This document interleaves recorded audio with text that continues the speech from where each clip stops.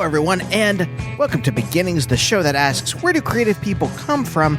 My name is Andy. I'm the host of the show and a writer and performer based in Los Angeles, California. How is everyone doing this week? What happened this week? Let's see here. The Supreme Court gutted the rest of the Voting Rights Act, so, okay, that happened. And this evening, as I was playing a video game, a cat was sleeping in my lap, and it was just so peaceful. So those two things happened this week. I guess they balanced each other out, right? On one hand, the last pillar of the, let's be honest, facade that we were all living under, the last pillar of a functional democracy kind of just knocked out. So that's gone. And on the other, very cute sleeping cat, warm in my lap, peaceful. Put those babies on a scale, and that thing's gonna just even right out. Obviously not the scale that Lady Liberty holds, because, I mean, that thing was thrown into a dumpster a while ago. Anyway, enough of this. Why don't I talk to you about today's episode instead of the awful world we live in? I was very excited about today's episode because I'm talking to someone I've wanted to talk to for a long time. Today's guest is Felicia Douglas, and if you don't know who she is, I'm going to read you her bio right now. Originally from New York City, musician Felicia Douglas studied ballet for a long time before deciding that wasn't the path for her. Some of her old school chums had formed the band Ava Luna, and she eventually joined them.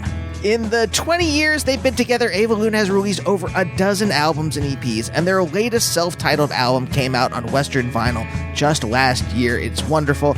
I have been listening to it over and over. In 2018, Felicia became a member of Dirty Projectors, performing as part of the Song of the Earth ensemble. And a few years earlier, she and producer/multi-instrumentalist Eric Gundel formed the band Gemma. Their latest album, Be About It, is out today, and folks, it is wonderful. Love Ava Luna. I talked to most of the band years and years and years ago. Felicia wasn't there, and you'll find out why on today's episode. Love Dirty Projectors. Talked to many of their members, including Dave Longstreth, but hadn't talked to Felicia. And then Gemma's new album is coming out. I hadn't heard Gemma before, and then I put it on, and I was like, this is wonderful. Maybe I can talk to Felicia. And I'm really glad we did, because we get into it. We talk about parenthood. She is a, not new parent, I guess new in the scheme of things, about a year or so in.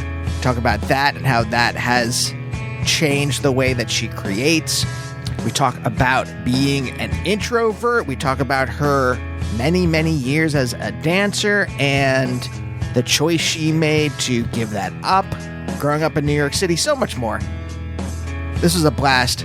Felicia's the best. If you haven't heard Gemma yet, I implore you. Their new album is great. They have 2 other albums and I think an EP. Check all of those out. And I hope you enjoy our talk. But before we get to it, I just want to tell you about a couple episodes coming up. A couple indie rock folks. Doug Gillard from Guided by Voices. He has a new album out that's great. Dusty Reski from Rocket Ship.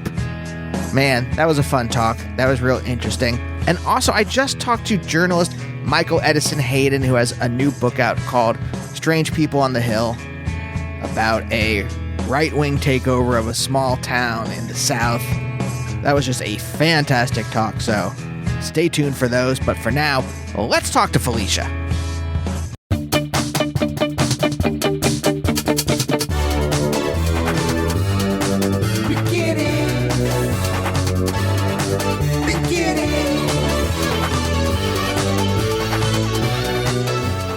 Wait, you said that you, maybe I'm paraphrasing, I don't know if this is verbatim, you said you didn't have the words, or you don't have the words, and I'm curious what you meant by that. I would say being an introvert in a band group setting, I will pull back if there are more people to talk. Which ends up being a funny predicament, because usually with interviews they're like, let's talk to the singers or the lead, the lead roles, and sometimes we're like, well, everyone else, this person loves to chat, this person loves to talk. Just leave it to them. I mean, it is interesting, especially for this show, right? The point is, I mean, again, this is very nebulous and very like armchair Freudian, so I don't know how real it is. But the Mhm. thought is that you talk to the person who is in some way the main motivator, in quotes. I don't even Yeah. know what that means. Again, I'm trying to be so kind of amorphous with this talk. But like, and that in some way, and in some way, if you kind of unravel their psychology in some way, that gives you insight into the art. And I don't know if that holds up, especially in like groups where like everyone contributes. I don't Hmm. know if that, especially like as someone who has been part of groups, whether Yeah. we're talking about like writing or talking about like when I was in a band and things like that. And I know that like the band itself is a concatenation of all of our Yeah. Different puzzle wants. pieces. Yeah. Wants, desires, artistic beliefs, Hmm. egos, all of that stuff kind of like bouncing off each other. So I don't know. Take take the theory for what it is. Yeah, I think it depends on the band, but with a band like Ava Luna that I've been in for over a decade, um, as time went on, we all had more of a part in the project, and even in the way we like recorded music. So it did start to feel like everyone had an important piece to contribute. And like the music turned out a specific way because all of us were working on it together. Yeah. Okay. I want to stick with this for a second, but also Hmm. then I am curious. You said you were an introvert. Does that mean that you don't articulate yourself verbally very often, or that you just don't have the energy, you don't feel like it? And so if someone else is more willing to be the front person when it comes to discussing the art, you're like, you go do it. I'm happier just hanging back and conserving my energy. I think if there's space and I'm comfortable, I am happy to articulate and talk plenty about things. But I guess yeah, just something about if given yeah, if given the opportunity to like be in a group setting where other people are more vocal, then I will kind of let my shyness take over. Because there's some people who are just like, hey, I just want the thing to speak for itself. I don't want to have to tell you about like why I played this A chord or why I sang this There's note or whatever question, those kind of questions that you kind of get asked in those kinds of interviews. But like, or it's just like sometimes this takes a lot of energy. You have to like muster up the energy yeah, to engage with another human being. for And my sure. wife and I are finding this very difficult, especially in the last 5 years, which is when dystopia, when like the imperial core collapsing around you. And I'm not trying to like say like, oh, we have it so bad Hmm. versus the countries that the United States is currently destroying. But it doesn't, if you are someone who has left political beliefs and does whatever they can to kind of espouse or live those values in life. It sucks to live in a shitty country that is just run by a bunch of skeletons. So Hmm. that takes away your energy. And Yes, there's yeah, so much draining you day by day, like just chipping away at you. So I definitely get that. And in the age of, being a musician where social media plays a bigger part in how you're sharing what you're doing, or your existence, I've definitely felt a switch in the past few years, like of, just wondering like when is it gonna feel like too much for everyone's brains? yeah. Like we are not meant to share this much of the process over and over and over again in these like small increments. Just for the sake of like someone seeing it or, that leading to engagement. I just feel like we've been like pushed so far in that direction. Not to be negative, but so yeah, in a way. Felicia, if anything, this is the show where you can be negative. It's okay. Yeah, part of being a songwriter for me is letting the music and the words speak for itself. But it does depend. Yeah. I do want you to get into your childhood, but talking to you, just certain things come up where I've been thinking about stuff for a while, and I'm curious about your thoughts on this. How does one as an artist, I don't even know how to actually articulate this. Let me just say the inarticulate way, and hopefully there's something that's graspable underneath it. I've been thinking about like, okay, I can't just like everything I do can't just be like, oh, this sucks, this is shitty, even though that's the thing where I tend to be hyperbolic, like all I feel is bad. It's like, no, when my wife and I are watching Taskmaster and hanging out with our dog and eating dinner, everything's nice. That's not, but like it's very difficult to insulate oneself or create art that doesn't at least have this kind of flavor of like, oh, things aren't going well in it. And I'm wondering, do you think or like, how do you deal with that? Do you just like, okay, I'm just going to channel this, or channel what I feel, or channel what's going on, or however I don't even know how you write or make things, maybe it's not even about that. Maybe it's something different, but like, do you just kind of let it flow, or are you just like, hey, I'm going to insulate myself from certain things. I'm not going to write about this or think about this or even like let this feeling channel through me. And I'm going to kind of direct it towards something I actually like. I'm going to choose. It's a little more like existential. I'm curious. Does that make any sense at all now? Yes. Yeah. Like your surroundings affecting your craft. Yeah. How much do you let that into it? Because then I was listening to like Purple Mountains, Dave Berman before he committed suicide, his last album. And it is rife with like, I'm like, oh, you can kind of tell like what's like very deeply like how the world is affecting him. And also, it's not like he didn't have his own issues before that, but like it seems rife with that. And I was listening to it last night and I was just like, anyway. Yeah. I'm curious for yourself. I think in the bands where I am doing most of the writing, I guess I like to free write, depending on like how the song makes me feel and how, I guess I'm also affected by like how I am feeling or how, events are affecting my mood.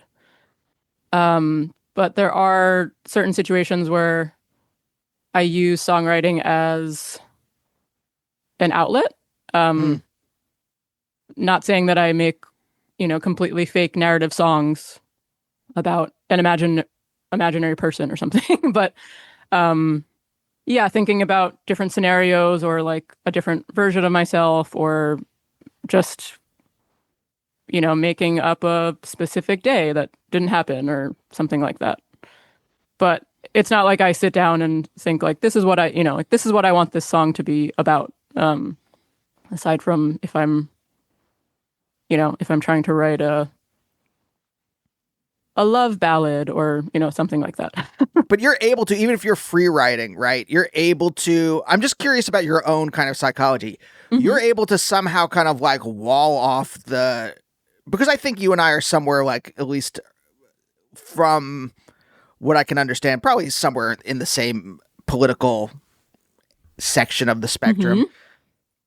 You're able to kind of just like, you're not everything you channel in free writing is going to be the zeitgeist. It's also like all these other things kind of like flowing in. Yes, it's a combination. And I guess I let that guide me, but I don't think that necessarily means that like the past few albums I've had hand in are all depressing or all Sure.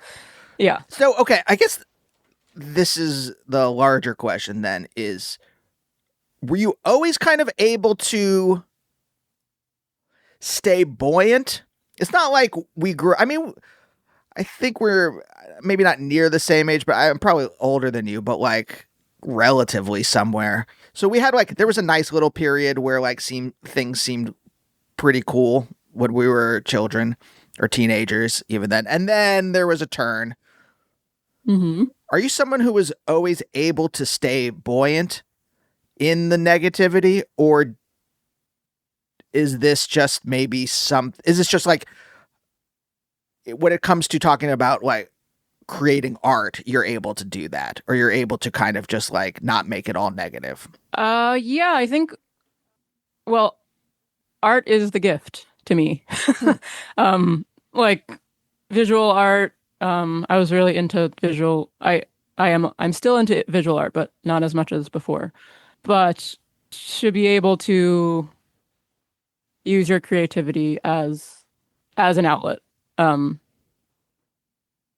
to me is yeah, it's a great present. And especially as a new mom, not having as much mental capacity to like work on creative things that I used to just not even think about, that I'd be like, oh, I'll play piano now, or I'll do this or that. And now like everything has to be in very small increments. Um, so yeah, I do think that like the writing in itself gives me joy to be able to Mm. do it. And right now I'm not writing much. And I definitely miss it, but it time will tell,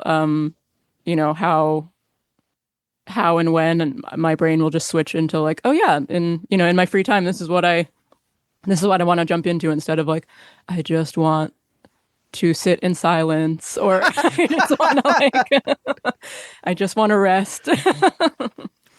But I'm I'm told that, everything goes in waves, and I will get there. Hmm. I How believe it. new? How new are you as a parent? Not brand new. I have a toddler who is 14 months. That seems pretty new to me still. So over the year mark. Over the year mark, Yeah. you're past the postpartum kind of stuff and into Past the early postpartum and the waking up every few hours and always feeding. Um, which it goes by in a flash. Like what everyone says is true. So, is it because you're um, sleepless and you so you're not really conscious in there? That's why it goes past so quickly. that's part of it. The like just being delirious, and it's not you hear so many warnings about the lack of sleep, and I feel like being a touring musician, like DIY touring musician, like prepared me pretty well for having a kid. Uh-huh. Did you always want to be a parent? Like when you were a kid, did you like imagine yourself with a family? mm, I would not say so. I think I'm a late bloomer in that respect, but also I was never one of those people that envisioned that at a young age, like tying that into just, like I want to get married and have a ring, and like that sort of stereotypical image. Never really I was never really drawn to that. Um and I guess I was just more open-minded about it, like maybe I'll find someone one day and maybe we'll start a family, but uh it was not on my list of, requirements when I started to get older and was dating and, looking for the right person. I kind of just had a more free-form vision of relationships. Um, so even when I got married 3 years ago, um, even in that stage, I was like, I'm not totally sure if I want a kid. I don't know.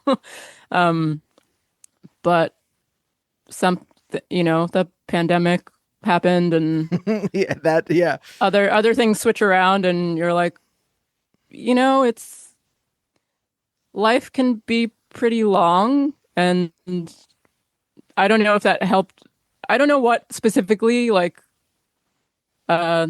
maybe come to that conclusion, but like settling down with someone and being like, well, yeah, I guess thinking about our future, like, sure, that can that can also be a part of it. Wait, was it a rational choice like that, or was it an emotional choice? And what I mean by that is, like, did you have the feeling first and then you talked about it with your partner? Or was it sit down with the partner and we're going to talk about what does the future look like? Or it also could originate with your partner emotionally. I'm just curious about, like, where do you locate that movement in your thinking? It was pretty slow moving, but that's probably the first, like after getting married, I feel like that was the first time I felt like I was with somebody who was completely like happy with the situation, like with being together. And yeah, even, I mean, we had talked about it before. It wasn't just like an epiphany, like, okay, yeah, now I want to have kids, like out of the blue.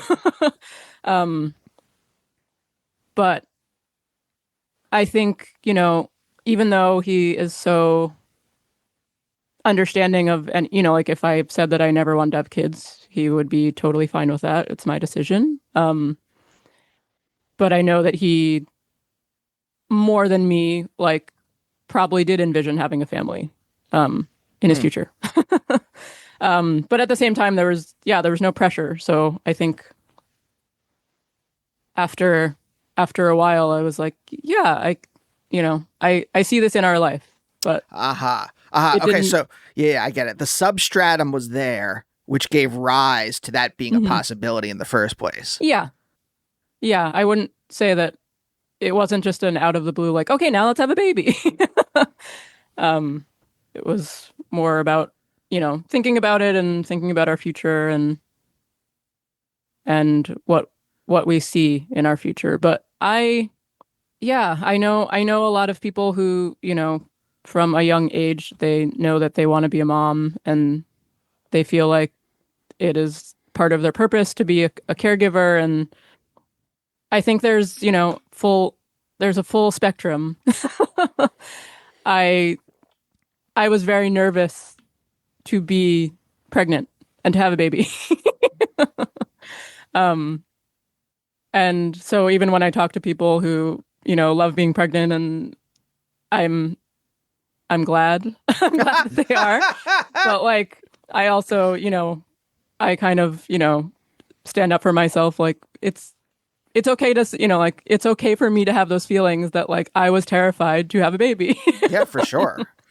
Or just terrified for any of the stuff, the physical transformation, all of it, the existential transformation on the other side. I mean, that's a completely, you basically kind of chrysalis into a new kind of being, because now you've created this person that you are, whose survival depends on you. Yeah. And there's no amount of reading that can prepare you for, like the everyday things that will come up and how it changes you. Aside from like, yeah, you have to say goodbye to your old self and you're devoting, everything you think about switches, and you can have some sort of understanding about that.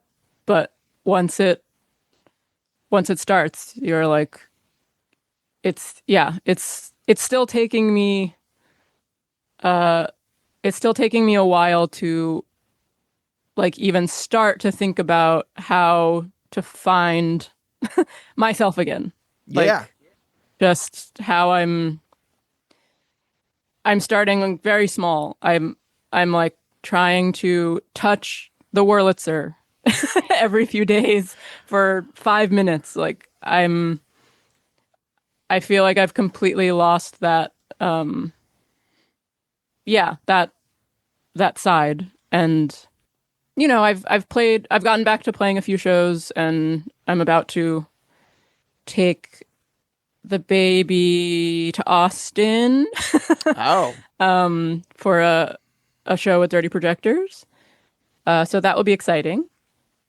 But yeah, since I had I was working a service job before, so I have not gone back to that, and primarily I'm currently like staying at home and don't have a lot of family that lives close by.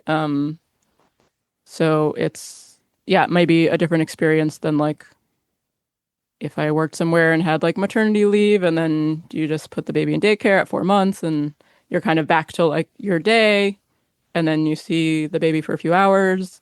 Um, so I feel like I was in a bubble for for Uh, for a long for a long while and I'm starting to think about like what I would enjoy again, yes, you're which tentatively like your finger poised to pop that bubble. You're like, yes, to I'm continue with the metaphor. it's a good sign that I'm thinking about it and yeah, it's like simple joys which like even if it's boring, it's like I want to walk more again. I want to you know, fresh air is good. Like I take her out all the time as well, but I'm like I want fresh air for me. I want to be able to, I used to do a lot of movement and I was a dancer for 17 years. So, Like dancer, like professional, like Alvin Ailey kind of dancer. well, I started when I was 4 and I stopped. I did dance through college, but not as a major. But I'd say right before college, I kind of decided that I didn't want to do that professionally. Mm-hmm. And yeah, I think I did ballet for that long and then I switched to modern in college, but I've never really gotten back to ballet. What was it when you were 4? I mean, obviously, I don't know how many choices any of us make. Was it your parents putting you into that? Were you someone who was like dancing around the house and your parents wanted to channel that? My parents put me in dance, yes. And for whatever reason, I just went with it. Like I I can't remember the early days, but I think I'm a rule follower and Huh.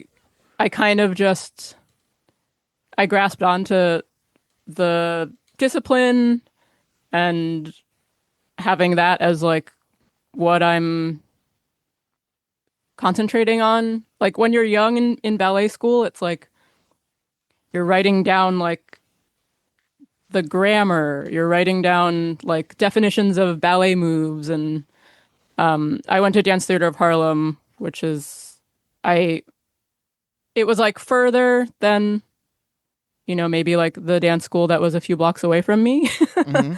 But I think it was important to my mom to send me to like a diverse dance school. So I stayed there the whole time. But it became like it became my thing for many years until I saw that like the people around me were going to do that as a career. And I was like, I don't know how I got here, but But I'm not I, going to be at Lincoln Center. I, Like, I don't think yeah, I knew that I wasn't the best, but I also kind of didn't notice that, like, yeah, that it had become such a big time commitment. I mean, in high school, I was dancing like 6 days a week, 5 days, 6 days a week after school. after school. Yeah. But I definitely loved it. And probably the decision to stop has like given me some mental block with ballet specifically. I've probably taken like a few classes, but it was just such a big part of my life. And after stopping for a while, I kind of like, yeah, I never pursued like doing it casually. Hmm. Um, but it's not too late. I know I could take drop-in classes anywhere. I just don't go for it. Is that because it?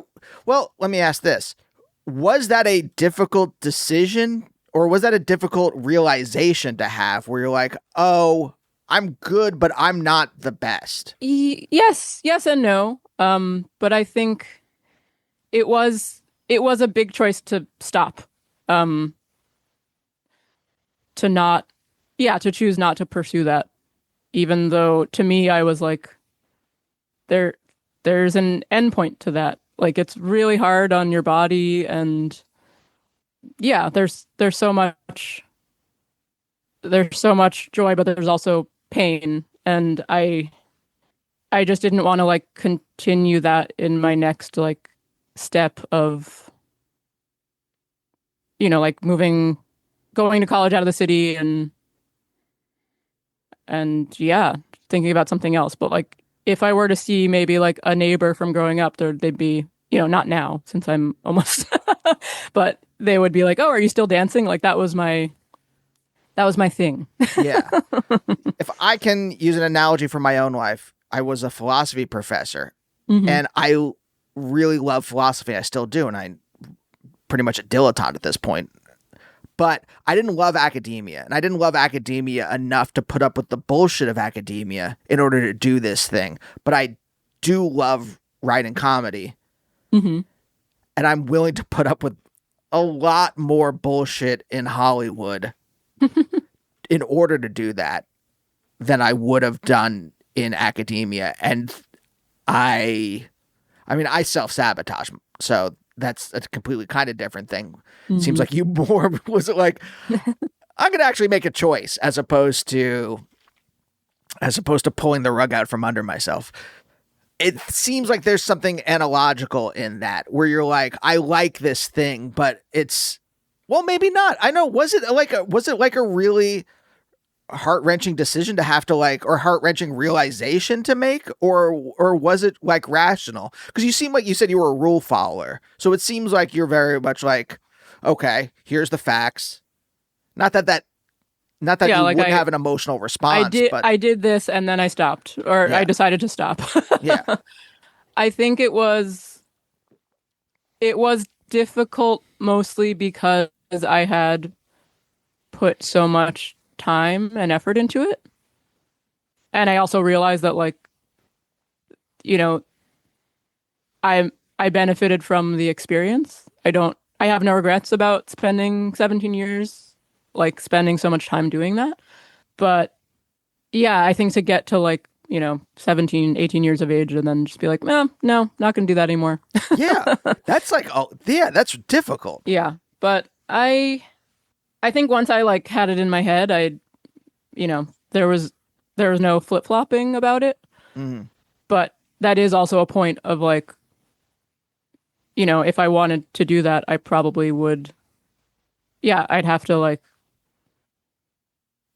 really continue and like try to audition for places, and I probably was just like middle of the road, like still doing dance, but like I knew that I didn't want to do that professionally. Was it just the kind of like, oh, I know I'm good, but I'm not the best? Or was it the like, I don't like whatever the business of dance is that I would have to enter if I were to do this for real? I think I just didn't like envision the next level of commitment, which is, joining a dance troupe, or I didn't feel like it was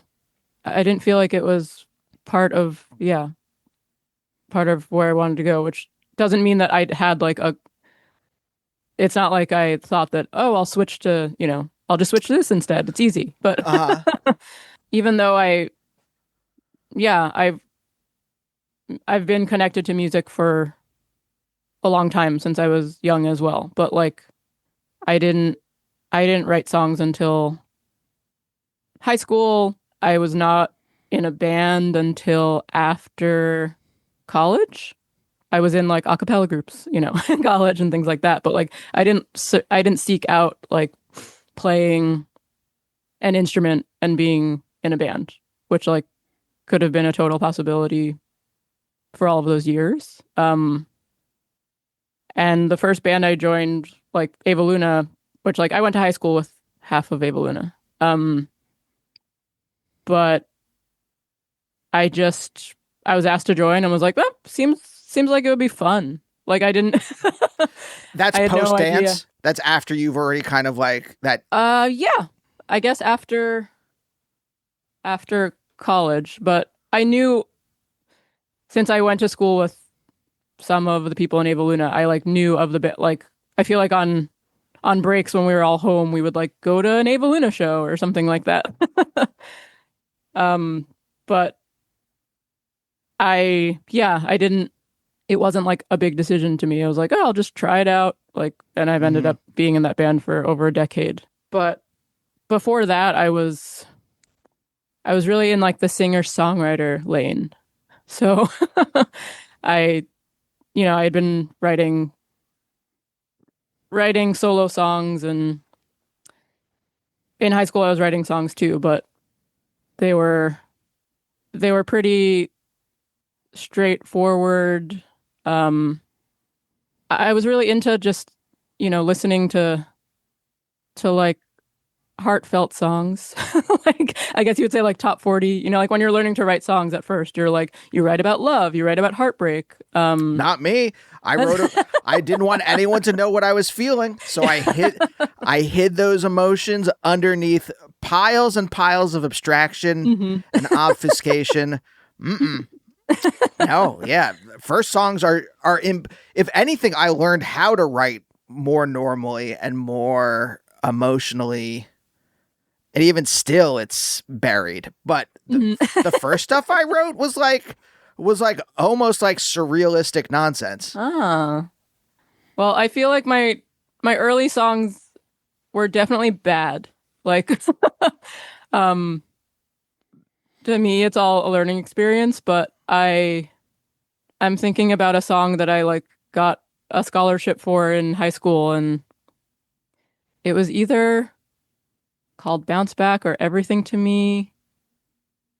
Like, I feel like lyrically it sounds like a country song, like, it might just sound like a regular, it's just a straightforward, easy chords sort of thing, but like, like you mean everything to me, you were the only one. Like the things I used to write about, like I didn't experience them, Well, yeah, okay, but you were comfortable expressing that. This is what I think is interesting. And maybe this is a dance thing. Maybe this is like your family. I'm curious. It seems like you're comfortable showing your emotions publicly, because dance to me, and you tell me as someone who actually did this for real for a long time, but like it seems like you have to be pretty aware of your body, pretty present and in the moment. Like I'm terrible at that. My wife makes fun of the fact, like, even if I try to like jokingly dance around the house, like I can't move my hips. Like it's bad, right? Well, that's okay.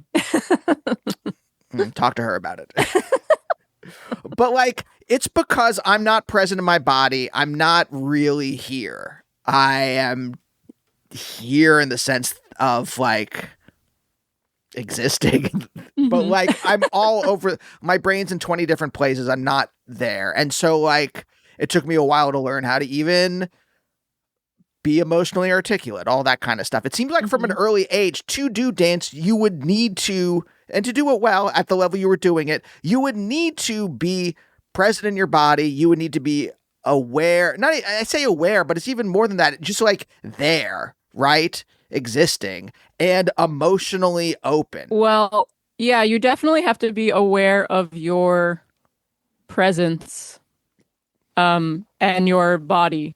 That's like part of performance, part of movement and dance. I think they do work hard to build confidence, like within yourself, as like presenting. I don't want to say your body, but presenting yourself in front of, like on stage in front of others. So maybe that has affected me, and I haven't really been aware of it. But I always loved performing. It was kind of like the only place where I wasn't fearful of anything. I've always been very comfortable performing music, performing dance. I don't know if it's because you can like just maybe not turn something off, but you're just like zoning in on, like the the performance at hand or you're doing. But anything else, like I have a fear of public speaking. I could never do stand-up comedy. Like I'd rather I'd rather do anything else. I would probably I would probably panic completely. But if I'm singing, it's not an issue. Yeah, you strike me a little bit like my old writing partner and performance partner. We were in a sketch duo. He was an incredible performer. I'm mediocre. I'm okay. But like he was incredible, and his take was that on stage he knows everything that's expected of him. He knows the boundaries, he knows everything, whereas in the real world he doesn't have any of those. He doesn't have any guide rails. And so on stage, he's allowed to just like, he knows where the edges are. I don't mean literally like the physical edges, but he knows the edges of the performance. Yes. And so he's just free to do whatever within that. And you're in control, and what, there's no room for, aside from like you wanting to, alter your performance or do something on the spot or improv, you're still like in control of the allotted time that you have, whatever you're doing. I totally get that. Yeah. That's probably why I'm more comfortable on stage. Yeah. Is this fear thing just your psychology? Like your brain was set up that way in a certain way? I ask this because like my parents like socialized me in a way where they're like, the world is dangerous and you better watch out. So like fear got in there at a pretty early age. I'm like curious, where did that originate from? I think it's completely inward. My parents were so laid back. Even talking to my dad now about having a baby, like the amount of times he laughs at me of, where I'm like, sleep schedules and this and that. And he's like, you think you had a bedtime as a baby? Like we didn't deal with any of that stuff. And I'm like, yeah, all of this makes sense. All of this really makes sense. Wait, is that because they were just more, I'm curious about that. Because again, I think we're close to the same age in some way. Like there should have been some kind of guide rail still in the 80s and 90s about like how to raise a child. Yes, so were your parents hippies? Like what was going on? I think they both were they're both creatives, and whatever it is, like type A personality type, like I feel like both of them were just like, no, we don't have to deal with all of that stuff. Like they're going to be fine. I have an older sister, so I'm sure by the time I was around, they were just like, everything's chill. But yeah, they were extremely chill. I feel like in high school, like they were telling me to like, don't stress out. Like you're taking all of this a little too seriously. You gotta just calm down. Okay, wait. All right. What's their deal? What part of New York did you grow up in? I grew up in Manhattan. Okay, like where? Like Murray Hill?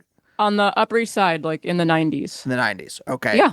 Surrounded by my people, Jews. So I guess good delis. I don't know. Oh yeah. No, I didn't I lived in Greenpoint, and then when my wife's from Harlem, so when we moved in together, we moved in to Harlem because she's like, I'm not moving to Greenpoint. And I go, okay, fine. So like to get to the Upper East Side was always difficult. Like, so I didn't really hang out there much. What was it like to grow up there? It was great. I mean, you're close to the museums. There's like, to me, like growing up in the city, like you don't know what to compare it to, I mean, like when other people who live in the suburbs are looking at movies about New York, I kind of just like, oh yeah, like looking at movies of the suburbs where like there are those giant high schools with like the football teams and like, varsity and all that stuff that like wasn't really a part of my school. Yeah. Were you private school girly? Were you LaGuardia? Like, what'd you do? I went to public school. I went to a specialized public school from like kindergarten to through 12th grade. And it was pretty close to where I lived. So that was my zone. When you say specialized, like, was it an art school? Like, what were you, was there like a... You had to test to get into it. So I guess in kindergarten, there's some sort of, I don't know what IQ test, and then they have a meeting with you, or they're just playing and observing you. I don't know. Like a psychologist, like watching behind like one of those mirrors, like one-sided mirrors, like in a... It's, it's something like that. But the elementary school is small, and then in high school they admit 100 more people or something. So you take another entrance exam for the high school. But when we went there, if you got in kindergarten, you still had to take the test. But if you passed or failed, you could still go to the high school. Okay. There was always a thing. It's like, we're never going to know if we are meant to be there if we passed or failed. Yeah. Okay. This is a little more of a adding another puzzle piece. Because the thing, when I first asked back, 40 minutes ago about, did you always want to be a parent? Like, what did you envision for yourself when you were younger? I was kind of curious about, like, I always had these assumptions about, I'm just like, I guess I assume I'm just going to be whatever my parents are. There was no kind of like introspection, even though like I'm doing the thing that obviously I wanted to do since I was a kid now. Mm-hmm. There was no thought that I could, or no thought about a pathway or anything like that, right? And then when I started to articulate, it's like, oh, I guess I don't want kids. When I really start, I do want a wife or a partner, whatever, right? I want someone in my life. And those were just later in life, like actual, like rational decisions, or like maybe rational is not the right word. Decisions where I like looked inward and I was like, oh, okay. So that's what that is. That's what that feeling is. That's what that desire, that want is. It seems like you were kind of, once you got on the train early on in your life, you were on that train. And I'm wondering, did you like interrogate that ever? Or were you just like, I like dance. I like this school. I'm just going to ride this train for as long as possible. Yeah. I don't know why I didn't, question it. Sure. Yeah. High school I'd say it was pretty competitive, but since I had gone there, like, since I was young, like it never even occurred to me, like, like your parents put you in a school and that's where you go. And I didn't realize that there was that like heightened competitiveness until like I got to college and was like, oh, like people are like, not everyone is like this. But I wouldn't, if you ask my parents, they might say something different, but like I'd say that I had a good experience in high school, in elementary school and high school, even though, my sister went to private school, so we had like very different, like in Manhattan. Yeah, we both like, her school is close to mine, but like it's a very different, not just like academics wise, but like the people that you become friends with. Yeah. Yeah. I mean, what is this, Dalton? Like, we're like upper... One of those schools, yes. One of those schools. Okay, sure. Yeah. But like, yeah, I mean, you go to one of those schools, you are going to school with the children of the wealthiest people. The elite, yes. Yeah. And it changes how you look at life. Like, my school was very... I'd say that, like, maybe since it was a public school, like, I never really thought much about, I never had like desires of like what our life wasn't providing us, if that makes sense. We weren't very wealthy, we weren't poor, but it never really, to me, like, we had everything that we needed. I didn't need specific material things and, like things like that. And I feel like yeah, if I, not that there's anything wrong with some of the best private schools in Manhattan. um, but I think There's some things wrong. just by, becoming friends with like, yeah, different people who have a specific mindset, or, they are from a different upbringing. So like that comes into, like you're thinking about that. If you're like, how come my friend lives in a 5-bedroom apartment? Like, how Yeah. come I don't have that? Like, I grew up sharing a bedroom with my sister, and I did not think there was anything wrong with that. And now, once you like go to college or something, and you're like, oh yeah, you meet people who live in big houses, and they're like, you shared a bedroom with your sister, and you're like, oh, we lived in a 2-bedroom apartment. Like, what else would we have done? Felicia, I thought, so I'm from Pennsylvania, and I thought like when I would go to a friend's house who their parents were what I thought was wealthy, like their parent was a doctor or something like that. And I'm like, this is, oh my God, what a huge room, what a huge house. You got all these other, or somewhat like a friend had like in their basement, it was a finished basement, and they had a projector from the ceiling like projected TV on, and I was like, wow. That's and wild. Then I moved to New York, and I meet people who are, I meet actual wealthy people. And then you go to their, they're like, oh yeah, we bought the apartment above us, and then they turned it into a 2-level like on the Upper West Side, or like, it's the elevator. It's like there's 2 apartments on one on each side of the building, and it's the size of a house, and it's just like just another level of like, yeah, you can't even fathom that. And they're not even the wealthiest in the world. They are they're like almost like nouveau riche in comparison to like, the dynasties of like wealth. And so like, yeah, it's really mind blowing. It's really like, did you compare yourself? Like, I know you said you like, well, it's not like I was like, now I want a Bentley or whatever wealthy people drive, right? It's not like you were like that, but like, was there any kind of comparison, or was there any kind of like, I want some, like the connections or anything like that? Or were you just like, hey, I'm dancing, I'm doing this. This is my path. I'm on this path. I mean, yeah, it's impossible not to notice, that there are different levels of, especially living in Manhattan. Yeah. Like I still had friends who lived in townhouses and things like that, and you're just like, wow, that's, that would be nice. Yeah. But I'm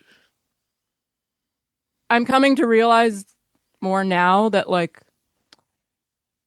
even if I never called myself a minimalist, I think I was always kind of just set with like, we have everything that we need. We have enough. Now it might be a little more because I'm like, we have to get rid of all this stuff. We have to make room for a baby. But yeah, even like my mom was from Trinidad, and having an influence of like a Caribbean upbringing, really, really grounds you. We would send a barrel every year to Trinidad, and like my mom would basically look for my brand name stuff and be like, you don't need this. Like they don't have DKNY. This is going in the barrel. And I'm just like, okay, nothing is truly mine. I don't, I don't care. But, it kind of like, in a way you're like, wait, you're right. Like we have a lot more stuff than they do. And like, if we can give it away, then yeah, why not? Like you afforded to buy this for me, and that's really nice, but it was never truly mine. Sure, let's ship it all. Like yeah, exactly. I mean, it's a great mentality to grow up with, because just like, what do you really need? Like I think about like, I'm like, what do I buy besides like food, taking the dog to the vet all the time now, which is expensive, but like outside of that, I'm like, I buy a couple books. I buy like when Criterion has a flash sale, I buy some DVDs I don't own, and that I'm just like, I don't know, outside of that, it's like, what else do you really need? Don't need much. Yeah. I'm like, I don't know, like it is, once you think about it, you're just like, I guess I could upgrade some musical equipment, or I guess I could upgrade audio record. There's certain things where I'm just like, I bought it. Gear is different. It's hard to it's hard to rein in when you're like, okay, I don't need any more. When you said your parents were creatives, were they like ad executives? Were they painters? Like, what do you mean by that? My dad is a music producer and engineer. He's had a very long career, and my mom ran a daycare, like on a small scale, out of our house, and she was really good at sewing, so she would design hats and Wow. head pieces and stuff and sell them at street fairs around the city, things like that. I don't, I don't mean to. Look, there's never a necessity between that kind of stuff and then what you do. I do think it's interesting that there is there is a groove already dug in the many branching pathways you could have taken as a human being. Yes. Where you did end up kind of going in that direction, both having a family. So there were kids around when you were younger. Mm-hmm. Yes.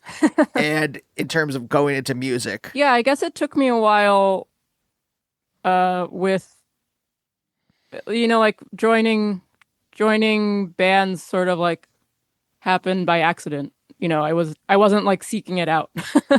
And same with, my parents have always been so encouraging of anything creative that I wanted to pursue. Like I did piano lessons, and like I honestly wish that they weren't so lax and like made me keep taking piano lessons.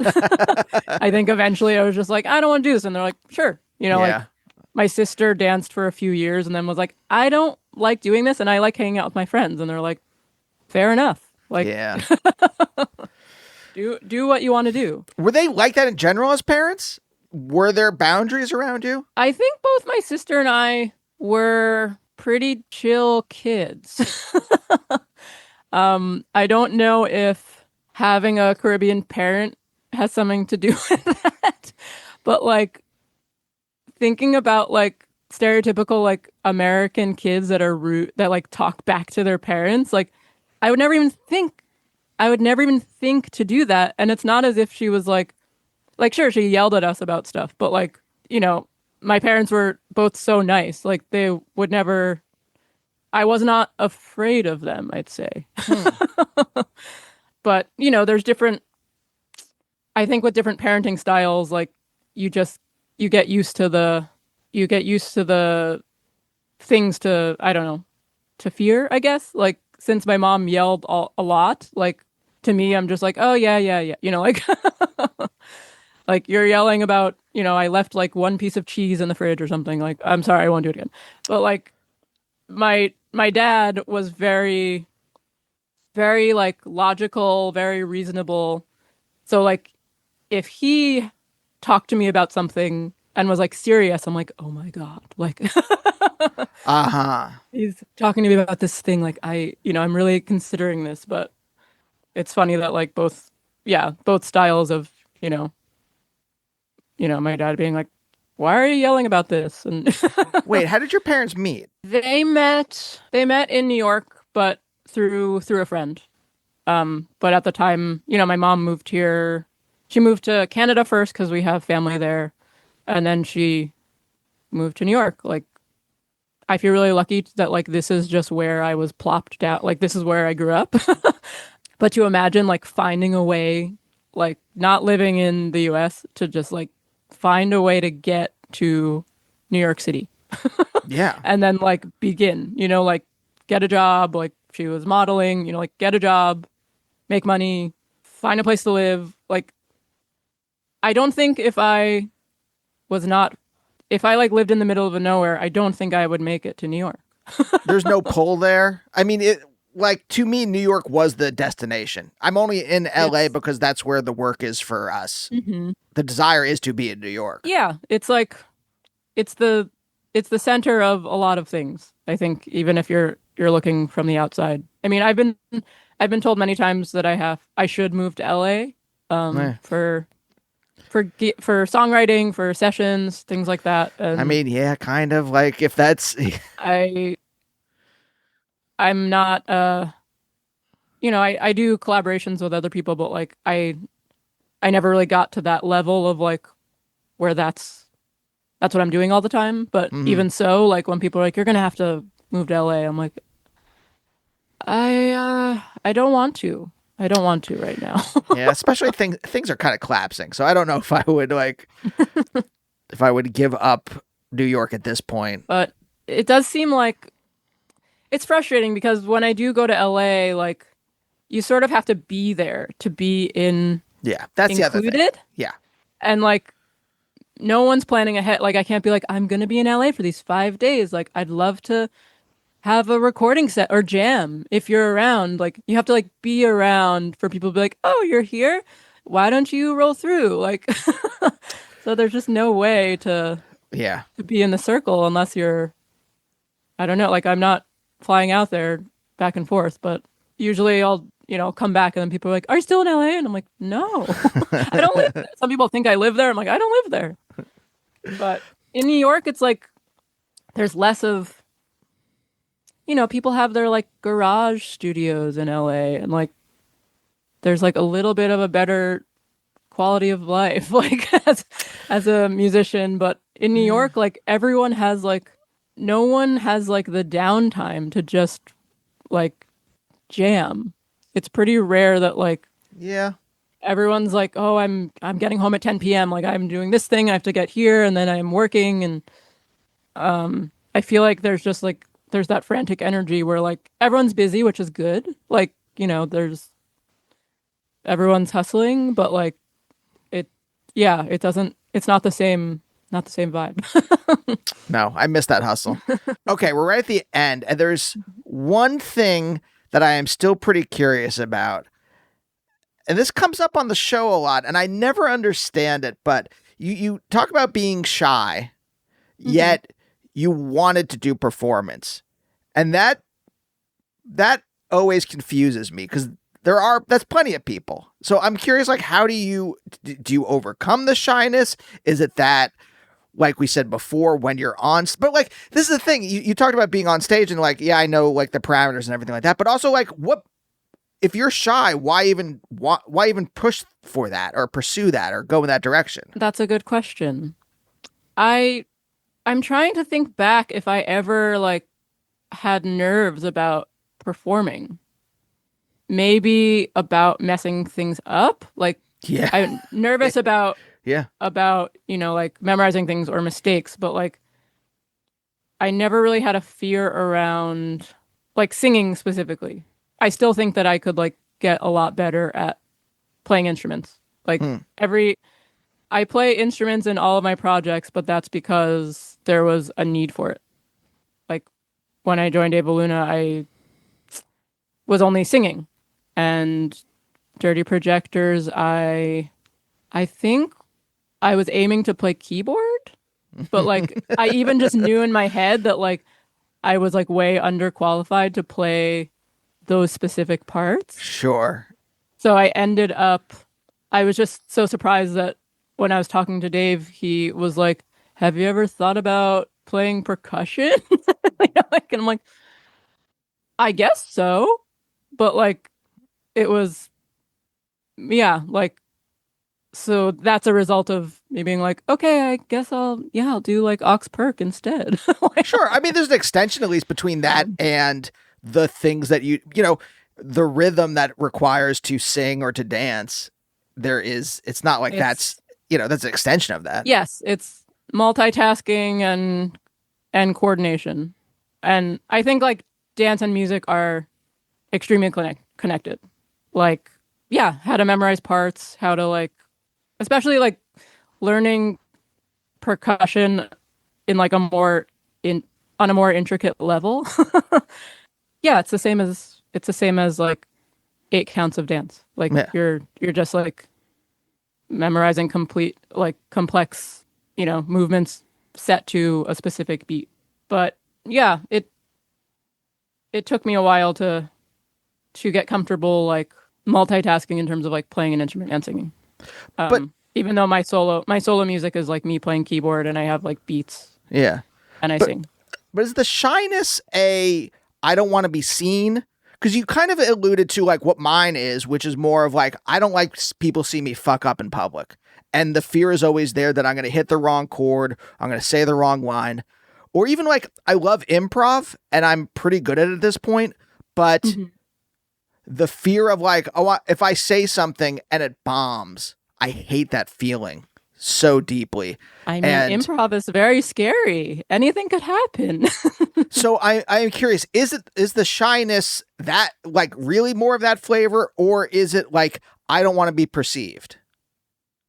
And if it's the latter, how do you overcome that at all ever to get on stage? I don't have a shyness around being perceived. Okay. But I really am trying to think of like, aside from nerves of like doing something wrong, I feel like I have the most fun performing, like above all else. It's actually like fun. Okay. So the fun or joy of that overpowers the shyness or the feeling of like, I don't want to fuck up. Yeah, for sure. And maybe it's because like, yeah, like learning to perform and like be in front of people, learning that from a young age might have something to do with presence, or, you know, like being aware of how I am on stage, or being on stage and people looking at you. Yeah. It's probably more stressful doing a dance performance. But yeah, it will be interesting to see that, like, when I get back to playing solo shows. I haven't played a show since before the baby, but I do think that, like, I had this feeling during the pandemic too, but like once you stop, like, you kind of like, and you step outside yourself, you're like, wait a second, that is kind of scary, you know, like like performing in front of all these people, but like part of it is that like you stopped seeing a lot of people and you stopped being in crowds for like 3 years. So maybe just like the sensory experience where you're like, okay, like this is a lot. But I wouldn't say that I feel nervous. Yeah. Okay. Not to go too full circle, but like to go back to the beginning, when I was just like, well, how do you keep the negativity out? It's like, well, for you, if I can place this on you, you can tell me if I'm accurate or not. But like for you, the joy in doing this is that emotion naturally kind of like crowds out other things. Whereas for me, the fear of it all, or the like fear of whatever, of like not doing it right or making something bad or whatever, that encourages the negative emotions to come in. So it takes over. Yeah. But you have actual joy. I mean, not that I don't have joy, but like, but that seems to be the dominant thing when it comes to performing for you, or to writing or creating for you. So that naturally it like pushes out some of the other stuff. Yeah, it's a release. And even like being on tour, like as I get older, like I know I'm not going to tour at the level that I used to. Like in my 20s, we would be like, we're going on tour for 3 weeks. Like we're just getting in a van. Like I'm never going to do that again. And that's okay. Yeah. It's okay not to sleep on the floor in your 30s. Exactly. And 40s. Exactly. But like, even, you know, with like when people are planning tours, like everything is different now. So like, it's like 1 week, 2 weeks, like, but I think after a few days, like the highlight is performing. But aside from that, it's like everything else is very tiring for me. I don't know if that means that I'm like a homebody, or like if you ask anyone in Eva Luna, they're like, after a week, like Felicia just shuts down. Like I just like stop talking, you know? And it's not like I'm being rude, but I'm just like, we're spending so much time together, and we're on these long drives and all this, and like I'm just here to play the shows. Felicia, thank you so much for joining me. Absolute delight to pleasure. talk to you. Yeah, same with you. Thanks so much. And we'll see you next time. Bye. Bye, oh, bye, oh, bye, oh, bye, oh, bye, oh, bye, oh, bye.